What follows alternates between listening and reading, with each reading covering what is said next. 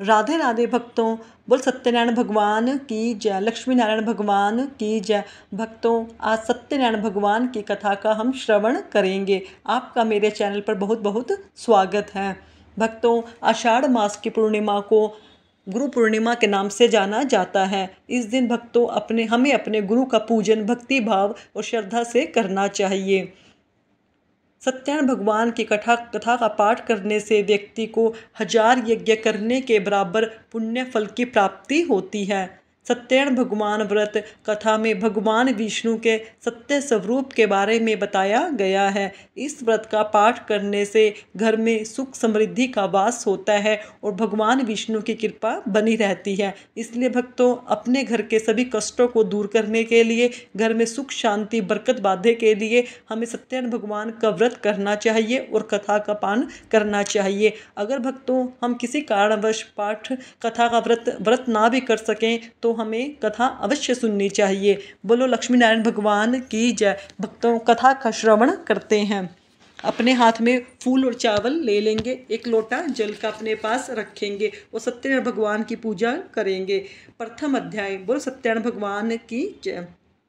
एक समय नैमिषारण्य तीर्थ में शौनकादि 88,000 ऋषियों ने श्री सूत जी से पूछा, हे प्रभु, इस कलयुग में वेद विद्या रहित मनुष्यों को प्रभु भक्ति किस प्रकार मिलेगी तथा उनका उद्धार कैसे होगा। हे मुनि श्रेष्ठ, कोई ऐसा तप बताएं जिसमें थोड़े समय में पुण्य प्राप्त हो तथा मनोवांछित फल की प्राप्ति हो। यह कथा सुनने की हमारे मन में बहुत इच्छा है। सर्वशास्त्र ज्ञाता श्री सूत जी बोले, हे वैष्णव में पूज्य, आप सबने प्राणियों के हित की बहुत अच्छी बात पूछी है। अंततः मैं उस श्रेष्ठ व्रत को आप लोगों को बताऊंगा जिस व्रत को नारद जी ने लक्ष्मी नारायण जी से पूछा था और श्री लक्ष्मीपति ने मुनि श्रेष्ठ नारद जी से कहा था। सो ध्यान पूर्वक सुनिएगा।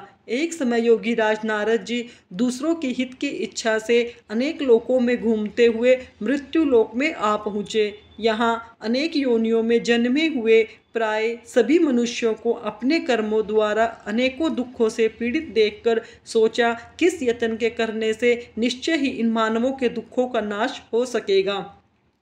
ऐसा मन में सोचकर विष्णु लोक को गए। वहाँ श्वेत वर्ण 4 भुजाओं वाले देवों के ईश नारायण, जिनके हाथ में शंख चक्र गदा और पद्म थे तथा वरमाला पहने हुए थे, देखकर स्तुति करने लगे।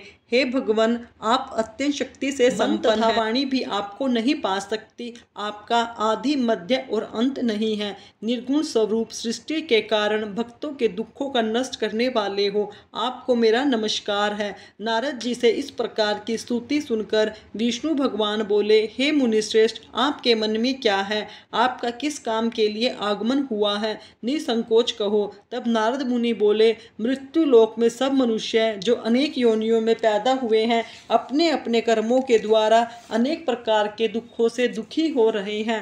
हे नाथ, मुझ पर दया रखते हो तो बताइए, उन मनुष्यों के सब दुख थोड़े ही प्रयत्न से कैसे दूर हो सकते हैं। श्री भगवान जी बोले, हे नारद, मनुष्य की भलाई के लिए तुमने बहुत अच्छी बात पूछी है। जिसके करने से मनुष्य मोह से छूट जाता है, वह मैं तुमसे कहता हूँ, ध्यान पूर्वक सुनिएगा। पुण्य देने वाले स्वर्ग तथा मृत्युलोक दोनों में एक दुर्लभ व्रत है। आज मैं प्रेमवश होकर तुमसे कहता हूँ। श्री सत्यनारायण भगवान का यह व्रत अच्छी तरह विधि विधान से करके मनुष्य तुरंत ही यहाँ सुख भोग पर मरने पर मोक्ष की प्राप्ति होती है। श्री भगवान के वचन सुनकर नारद मुनि बोले, इस व्रत का क्या फल है, क्या विधान है, किसने यह व्रत किया था और किस दिन यह व्रत करना चाहिए, विस्तार से कहो। भगवान बोले, दुख व शोक आदि को दूर करने वाला, धन धान्य को बढ़ाने वाला, सौभाग्य तथा संतान को देने वाला, यह व्रत सब स्थानों पर विजय करने वाला है। भक्ति और श्रद्धा के साथ किसी भी दिन मनुष्य श्री सत्यनारायण की शाम के समय बंधु बांधवों के साथ धर्मपरायण होकर पूजा करें। भक्ति भाव से नैवेद्य, केले का फल, घी, दूध, दही, गेहूं का चूर्ण सवाया ले। गेहूं के अभाव में साठी का चूर्ण ले, गुड़ लें और सब भक्षण योग्य पदार्थ जमा करके भगवान को अर्पित करें तथा बंधु बांधवों सहित ब्राह्मणों को भोजन कराएं। उसके बाद स्वयं भोजन करे, नित्य गीत आदि का आचरण कर श्री सत्यनारायण भगवान का स्मरण करता हुआ समय व्यतीत करे। इस तरह व्रत करने पर मनुष्य की इच्छा पूरी होती है। विशेषकर कली काल में मृत्यु लोक में यह मोक्ष का सरल उपाय है। बोलो सत्यनारायण भगवान की जय। प्रथम अध्याय संपूर्ण। द्वितीय अध्याय शुरू। सूत जी बोले, हे ऋषियों, जिसने पहले समय में इस व्रत को किया है उसका पवित्र इतिहास कहता हूँ, ध्यान से सुनो। सुंदर काशीपुरी नगरी में एक अत्यंत निर्धन ब्राह्मण रहता था। वह भूख प्यास से बेचैन हुआ नित्य पृथ्वी पर घूमता था। ब्राह्मणों से प्रेम करने वाले भगवान ने ब्राह्मण का रूप धारण कर उसके पास जाकर आदर से पूछा, हे विप्र, नित्य दुखी हुआ पृथ्वी पर क्यों घूमता है? दीन ब्राह्मण बोला, मैं निर्धन ब्राह्मण हूँ, भिक्षा के लिए फिरता हूँ। हे भगवान, यदि आप इसका उपाय जानते हो तो कृपया करके कहो। वृद्ध ब्राह्मण बोला, सत्यनारायण भगवान मनोवांछित फल देने वाले हैं, इसलिए हे ब्राह्मण, तू उनका पूजन कर, जिसके करने से मनुष्य सब दुखों से मुक्त होता है। ब्राह्मण को व्रत का सारा विधान बतलाकर बूढ़े ब्राह्मण का रूप धारण करने वाले श्री सत्यनारायण भगवान अंतर्ध्यान हो गए।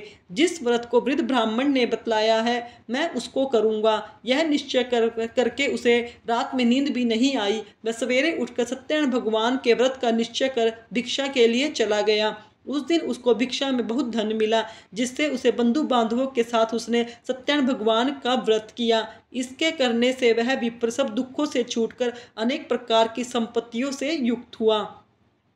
उस समय से वह विप्र हर मास व्रत करने लगा। इस तरह सत्यनारायण भगवान के व्रत को जो करेगा वह सब पापों से छूटकर मोक्ष को प्राप्त होगा। आगे जो पृथ्वी पर श्री सत्यनारायण भगवान का व्रत करेगा वह मनुष्य सब दुखों से छूट जाएगा। इस तरह नारद जी ने नारायण जी का कहा हुआ यह व्रत मैंने तुमसे कहा है।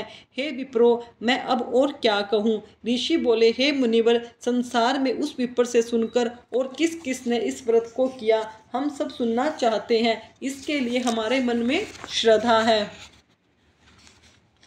सूत जी बोले, हे मुनियों, जिसने इस व्रत को किया है वह सब सुनो। एक समय वह विप्र धन और ऐश्वर्य के अनुसार बंधु बांधवों के साथ व्रत करने को तैयार हुआ। उसी समय एक लकड़ी बेचने वाला बूढ़ा आदमी आया और बाहर लकड़ियों को रखकर विप्र के मकान में गया। प्यास से दुखी लकड़हारा उनको व्रत करते हुए देखकर विप्र को नमस्कार करके कहने लगा, आप यह क्या कर रहे हो? इसके करने से क्या फल मिलता है?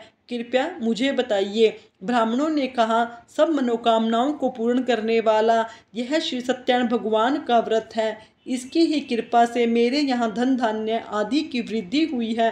विप्र से इस व्रत के बारे में जानकर लकड़हारा बहुत प्रसन्न हुआ। चरणामृत ले प्रसाद खाने के बाद अपने घर को गया। लकड़हारे ने अपने मन में इस प्रकार का संकल्प किया कि आज गांव में लकड़ी बेचने से जो धन मिलेगा उसी से श्री सत्यनारायण भगवान का उत्तम व्रत करूंगा। यह मन में विचार करके वह बूढ़ा आदमी लकड़ियां अपने सिर पर रखकर जिस नगर में धनवान लोग रहते थे ऐसे सुंदर नगर में गया। वह रोज उसे उन लकड़ियों के पहले से चौगुना दाम मिले। वह बूढ़ा लकड़हारा दाम ले अति प्रसन्न होकर पक्के केले की फली, शक्कर, घी, दूध, दही और गेहूं का चूर्ण इत्यादि श्री सत्यनारायण भगवान के व्रत की कुल सामग्रियों को लेकर अपने घर को चला गया। फिर उसने अपने बंधु बांधवों को बुलाकर विधि के साथ भगवान जी का पूजन किया और व्रत किया। उस व्रत के सेवा प्रभाव से वह बूढ़ा लकड़हारा धन पुत्र आदि से युक्त हुआ और संसार के समस्त सुख भोग कर बैकुंठ को चला गया। वह सत्यनारायण भगवान की जय। द्वितीय अध्याय संपूर्ण। चलते हैं तीसरे अध्याय की ओर। सूत जी बोले, हे श्रेष्ठ मुनियों, अब आगे की कथा कहता हूँ। पहले समय में उल्कामुख नाम का एक बुद्धिमान राजा था। वह सत्यवक्ता और जितेंद्रिय था। प्रतिदिन देव स्थानों पर जाता तथा गरीबों को धन देकर उनके कष्ट दूर करता। उसकी पत्नी कमल के समान मुख वाली सती साध्वी थी। भद्रशिला नदी के तट पर उन दोनों के सत्यनारायण भगवान का व्रत किया। उस समय वहाँ एक साधु नामक वैश्य आया। उसके पास व्यापार के लिए बहुत सा धन था। राजा को व्रत करते देखकर वह विनय के साथ पूछने लगा, हे राजन, भक्ति युक्त चित्त से आप यह क्या कर रहे हैं? मेरी सुनने की इच्छा है, सो आप यह मुझे बताइए। राजा बोला, हे साधु, अपने बांधवों के साथ पुत्रादि की प्राप्ति के लिए एक महाशक्तिवान श्री सत्यनारायण भगवान का व्रत व पूजन किया जा रहा है। राजा के वचन सुनकर साधु आदर से बोला, हे राजन, मुझसे इसका सब विधान कहो, मैं भी आपके कथा के अनुसार इस व्रत को करूँगा। मेरे भी कोई संतान नहीं है और इससे निश्चय ही होगी। राजा से सब विधान सुन वे पाठ से निर्वृत्त हो वह आनंद के साथ घर गया। साधु ने अपनी पत्नी से संतान देने वाले उस व्रत का वर्णन सुनाया और कहा, जब मेरे संतान होगी तब मैं इस व्रत को करूँगा। साधु ने ऐसे वचन अपनी पत्नी लीलावती से कहे। एक दिन उसकी पत्नी लीलावती पति के साथ आनंदित हो संसारिक धर्म में प्रवृत्त होकर श्री सत्यनारायण भगवान की कृपा से गर्भवती हो गई। 10वें महीने से उसके गर्भ से एक सुंदर कन्या का जन्म हुआ। दिनों दिन वह इस तरह बढ़ने लगी जैसे शुक्ल पक्ष का चंद्रमा बढ़ता है। कन्या का नाम कलावती रखा गया। तब लीलावती ने मीठे शब्दों में अपने पति से कहा, जो आपने संकल्प किया था कि सत्यनारायण भगवान का व्रत करूंगा, अब आप उसे करिए। साधु बोला, हे प्रिय, इसके विवाह पर करूंगा। इस प्रकार अपनी पत्नी को आश्वासन दे वह नगर को गया। कलावती पितृगृह में वृद्धि को प्राप्त हो गई। साधु ने जब नगर में सखियों के साथ अपनी पुत्री को देखा तो तुरंत ही दूत को बुलाकर कहा, पुत्री के लिए कोई सुयोग्य वर देखकर लाओ। साधु की आज्ञा पाकर दूत कंचन नगर पहुंचा और वहां पर देखभाल कर लड़की के लिए सुयोग्य वाणिक पुत्र को ले आया। उस सुयोग्य लड़के को देखकर साधु ने अपने बंधु बांधवों से प्रसन्नचित अपनी पुत्री का विवाह उसके साथ कर दिया। किंतु दुर्भाग्य की मार देखो, दुर्भाग्य से विवाह के समय भी उस व्रत को करना भूल गया। तभी श्री भगवान क्रोधित हो गए और श्राप दिया कि तुम्हें दारुण दुख प्राप्त होगा। अपने कार्य में कुशल साधु बनिया जा माता सहित समुद्र के समीप स्थित होकर रत्नासारपुर नगर में गया। वहां दोनों ससुर जमाई चंद्रकेतु राजा के उस नगर में व्यापार करने लगे। एक बार भगवान श्री सत्यनारायण माया की से प्रेरित कोई चोर राजा का धन चुराकर भागा जा रहा था, किंतु राजा के दूतों को आता देखकर चोर ने घबराकर भागते हुए राजा को धन को वहीं चुपचाप रख दिया जहां ससुर जमाई ठहरे हुए थे। जब दूतों ने उस साधु वैश्य के पास राजा के धन को रखा देखा तो उन दोनों को पकड़कर राजा के समीप जाकर बोले, हम इन दो चोरों को पकड़ कर लाए हैं, अब हमें क्या करना चाहिए, आज्ञा दे। राजा की आज्ञा से उन्हें कारावास में डाल दिया गया, उनका धन छीन लिया गया। श्री सत्यनारायण भगवान के श्राप द्वारा उनकी पत्नी घर पर भी बहुत दुखी हुई। उनके घर पर जो धन रखा था उसे भी चोर चुरा कर ले गए। शारीरिक व मानसिक पीड़ा, भूख प्यास से अति दुखित हो अन्न की चिंता में कलावती एक ब्राह्मण के घर पर गई। वहां उसने श्री सत्यनारायण भगवान का व्रत होते देखा। फिर कथा सुनी तथा प्रसाद ग्रहण कर रात को घर आई। माता ने कलावती से कहा, हे पुत्री, तू अब तक कहाँ रही और तेरे मन में क्या है। कलावती बोली, हे माता, मैंने एक ब्राह्मण के घर श्री सत्यनारायण भगवान का व्रत देखा।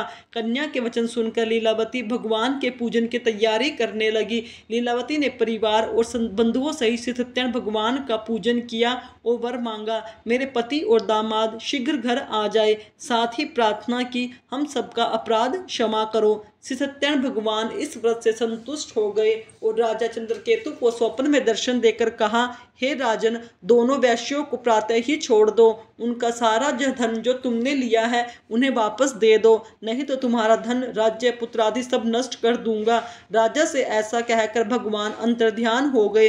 प्रातःकाल राजा चंद्रकेतु ने सभा में सपन सुनाया, दोनों वाणिक पुत्रों को कैद से मुक्त कर दो। सब दोनों ने आते ही राजा को नमस्कार किया। राजा मीठे वचनों से बोला, हे महानुभाव, भाग्यवश तुम्हें ऐसा दारुण दुख प्राप्त हुआ है, अब तुम्हें कोई भी भय नहीं है। ऐसा कहकर राजा ने उनको नए नए वस्त्राभूषण पहनाए तथा उनका जितना धन लिया था उससे दुगना धन देकर आदर से विदा किया। दोनों वैश्य अपने घर को चल दिए। सत्यनारायण भगवान की जय। 3 अध्याय संपूर्ण। 4 अध्याय शुरू। सूत जी बोले, वैश्य ने मंगलाचार करके यात्रा आरंभ की और अपने नगर को चल दिए। उनके थोड़ी दूर पर निकलने पर दंडी वेशधारी श्री सत्यनारायण भगवान ने उनसे पूछा, हे साधु, तेरी नाव में क्या है। अभिमानिक वाणिक हंसता हुआ बोला, हे दंडी, आप क्यों पूछ रहे हो, क्या धन लेने की इच्छा है। मेरी नाव में तो बेर और पत्ते भरे पड़े हैं। वैश्य का कठोर वचन सुनकर श्री भगवान ने कहा, तुम्हारा वचन सत्य हो। दंडी ऐसा कहकर वहां से कुछ दूर जाकर बैठ गए, समुद्र के किनारे बैठ गए। दंडी के जाने पर वैश्य ने नित्य क्रिया करने के बाद नाव को ऊंची उठी देखकर अचंभा प्रकट किया। नाव में बेल पत्ते आदि देखकर मूर्छित हो जमीन पर गिर पड़ा। फिर मूर्छा खुलने पर अत्यंत शोक प्रकट करने लगा। तब उसका दामाद बोला, आप शोक न करें, यह दंडी का शाप है, अतः हमें उनकी शरण में चलना चाहिए, तभी हमारी मनोकामना पूर्ण होगी। दामाद के वचन सुनकर वह दंडी के पास पहुंचा और अत्यंत भक्तिभाव से नमस्कार करके बोला, मैंने जो आपसे असत्य वचन कहे थे उनको क्षमा करे। ऐसा कहकर शोकातुर हो रोने लगा।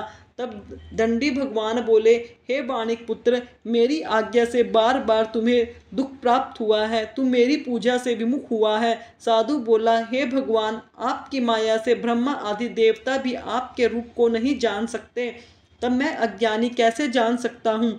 अतः आप प्रसन्न होइए, मैं सामर्थ्य के अनुसार आपकी पूजा करूँगा। मेरी रक्षा करो, पहले के समान नौका में धन भर दो।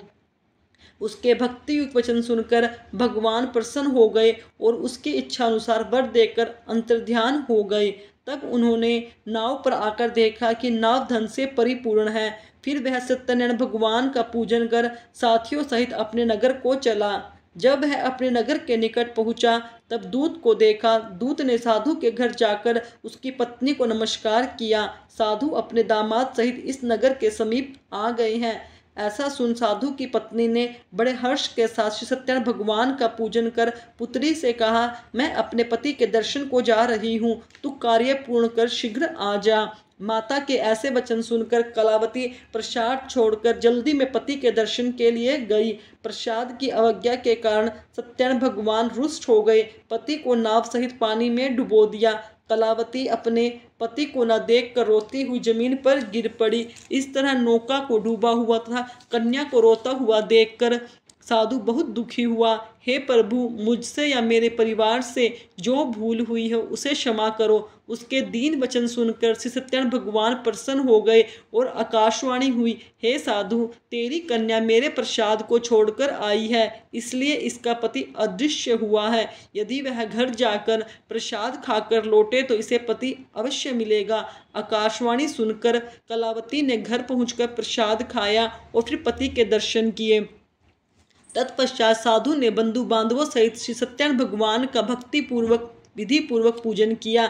इस लोक का सुख भोग कर अंत में स्वर्गलोक को चला गया। इति श्री सत्यनारायण भगवान की जय। चौथा अध्याय संपूर्ण। पंचम अध्याय। सूत जी बोले, हे ऋषियों, मैं और भी कथा कहता हूँ, सुनो। प्रजापालन में लीन तुंगध्वज नाम का एक राजा था। उसने भी भगवान का प्रसाद त्याग कर बहुत दुख पाया। एक समय वन में जाकर वन्य पशुओं को मारकर बड़ के पेड़ के नीचे आया। वहां उसने ग्वालों को भक्तिभाव से बांधवों सहित श्री सत्यनारायण भगवान का पूजन करते देखा। राजा देखकर भी अभिमानवश वहां न गया और न ही नमस्कार किया। तब ग्वालों ने श्री भगवान का प्रसाद उसके सामने रखा तो वह सब कुछ नष्ट प्रसाद त्याग कर अपनी नगरी को चला गया। वहां पहुंचकर उसने अपना सब कुछ नष्ट पाया। तब वह ज्ञान जान गया कि यह सब भगवान ने किया है। तब वह विश्वास कर ग्वालों के पास गया और विधि पूर्वक पूजन कर प्रसाद खाया तो श्री सत्यनारायण भगवान की कृपा से सब कुछ पहले के जैसा हो गया। फिर दीर्घ काल तक सुख भोग कर मरने पर मृत्यु को पश्चात स्वर्गलोक को गया। जो मनुष्य इस परम दुर्लभ व्रत को करेगा, भगवान की कृपा से उसे धन धान्य की प्राप्ति होगी। निर्धन धनी बंदी बंधन से मुक्त होकर निर्भय हो जाएगा। संतानहीनों को संतान प्राप्त होती है तथा सब मनोरथ पूर्ण होकर अंत में वैकुंठ धाम को जाता है। जिन्होंने पहले इस व्रत को किया, अब उसके दूसरे जन्म की कथा कहता हूँ। वृद्ध शतानंद ब्राह्मण ने सुदामा का जन्म लेकर मोक्ष को पाया। लक्कड़हारे ने अगले जन्म में निषाद बनकर मोक्ष को प्राप्त किया। उल्कामुख नाम का राजा दशरथ होकर बैकुंठ को प्राप्त किया। साधु नाम के वैश्य ने मोरध्वज बनकर अपने पुत्र को आरे से चीरकर मोक्ष को प्राप्त किया। महाराज तुंगध्वज ने स्वयंभू होकर भगवान में भक्तियुक्त हो कर्म कर मोक्ष को प्राप्त किया। इतनी सत्यनारायण भगवान की जय। पंचम अध्याय संपूर्ण। भक्तों, यह सत्यनारायण भगवान की कथा। भक्तों, हमें अपने जीवन में सत्यनारायण भगवान का व्रत अवश्य करना चाहिए। इसे करने से हमारे घर में सुख शांति और संपन्नता आती है।